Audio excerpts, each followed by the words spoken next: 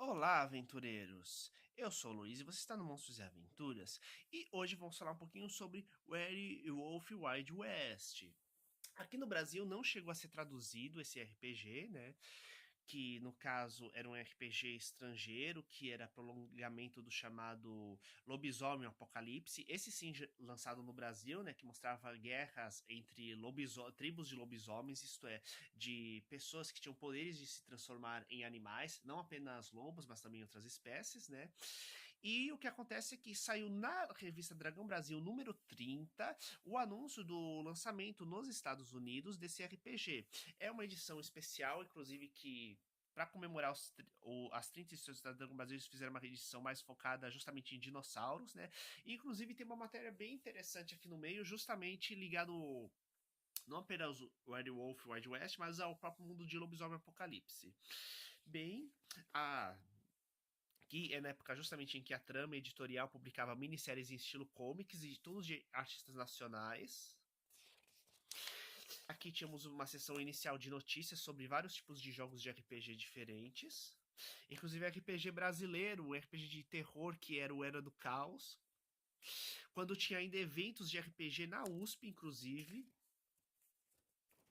Aqui a sessão de cartas, né, onde além de discussão sobre as matérias de revistas e onde sempre tinha alguém que respondia fingindo ser algum personagem criado pela própria revista, nós tínhamos também material enviado pelos fãs, né, desenhos criados pelos fãs, sejam cartinhas de mentirinha, né, época do Tamagotchi, a mania aqui no Brasil. Tínhamos lá os Slayers, né, que eram, digamos, o troféu catapiolho das matérias. O Lendas Lendárias, que eram justamente os acontecimentos engraçados que ocorriam nas sessões de RPG que o pessoal pegava e jogava e mandava para a revista para compartilhar, né? Tanto que essa pérola aqui eu preciso mostrar para vocês, né? Esse jogo é dinheiro, segurança do Sesc Pompeia, expulsando o grupo de RPGs.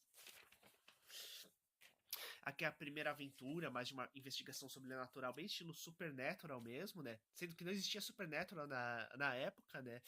Inclusive era mais, como vocês veem, é um visual bem mais anime, mais aqueles animes mais de mistério e terror que já existem há décadas, né?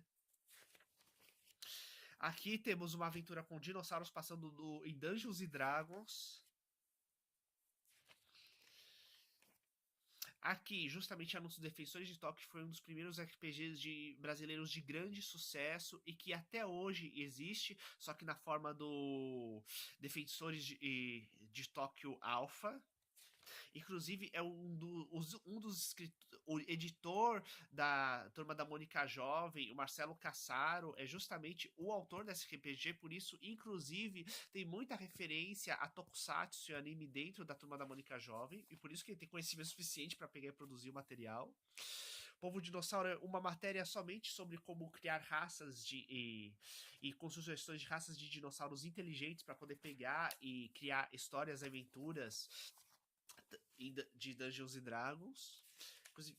Inclusive, uma coisa bem interessante é que os Velociraptors eles deixam meio como um povo antílope para mostrar como dá para fazer umas coisinhas diferentes, né? E o que é muito legal, tem uma matéria justamente pro linha do lobisomem, né? Do qual existe aquela expansão que eu te falei do Velho Oeste, só que aqui é uma coisa diferente. Mais do que uma aventura adaptando, ou melhor, dicas de como você pegar e adaptar os filmes da linha Jurassic Park para poder pegar e fazer uma uma aventura de RPG, o que acontece? Aqui temos uma aventura.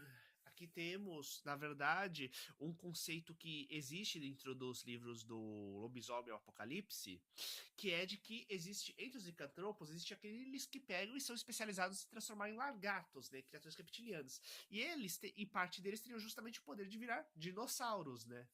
Então, seria justamente o conceito de que, na verdade, ou você poderia criar uma aventura no qual os dinossauros do parque, na verdade, seriam tipo uma raça mística que usou a forma de dinossauros para pegar, né? E meio que usar um meio de como se, tipo, criar o Parque dos Dinossauros, como montar uma espécie de reserva natural, um local de proteção para essas criaturas, né? Sem revelar a verdadeira natureza mística deles, né?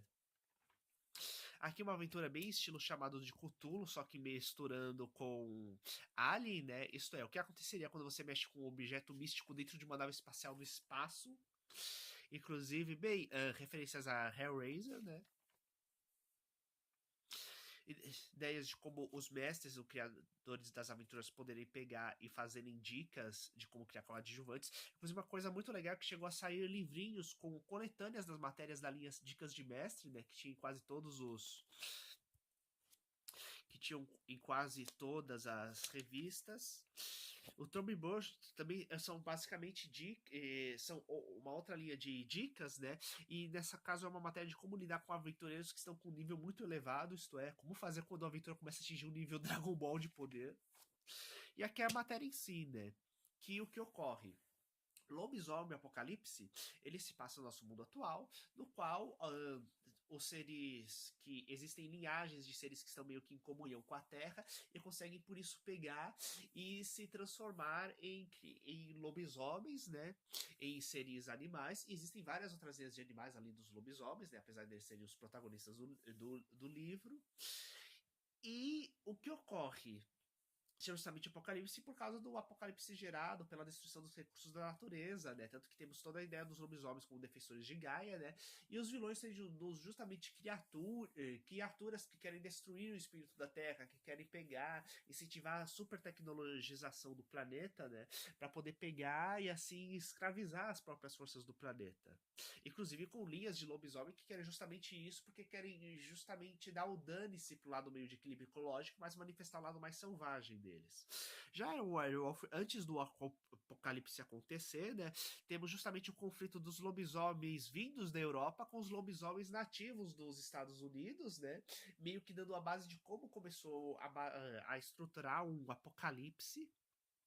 E além disso, temos a questão de como temos vários locais sagrados sendo desrespeitados, né, com os espíritos malignos realmente existindo e sendo libertados dos seus locais de proteção que existiriam pelas tribos norte-americanas, né, e com isso dando a base para a destruição em massa da ecologia do planeta.